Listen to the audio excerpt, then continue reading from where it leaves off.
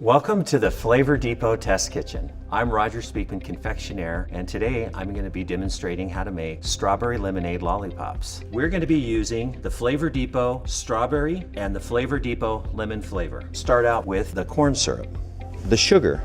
Then I need a little water, and we're going to cook this to about 290 degrees and evaporate all the water. This is probably going to take about 20 minutes. We can remove it from the heat, and to finish this, 1 ounce of this Flavor Depot lemon flavor. And then we need a half an ounce of the strawberry flavor. With this unique bottle, we can measure the 1 ounce, and now you don't need to use any measuring spoons, and you can just add this now to the lollipop. And then to give that little tang to our lollipop, we'll add the citric acid. And now I have these molds set up with our little popsicle stick. Add the lollipop mixture to the mold. These lollipops will harden in 20 minutes, and all you have to do is pop these out of the mold, and they'll be ready to eat. And to download this recipe and purchase the flavors that I use, visit us at flavordepot.com.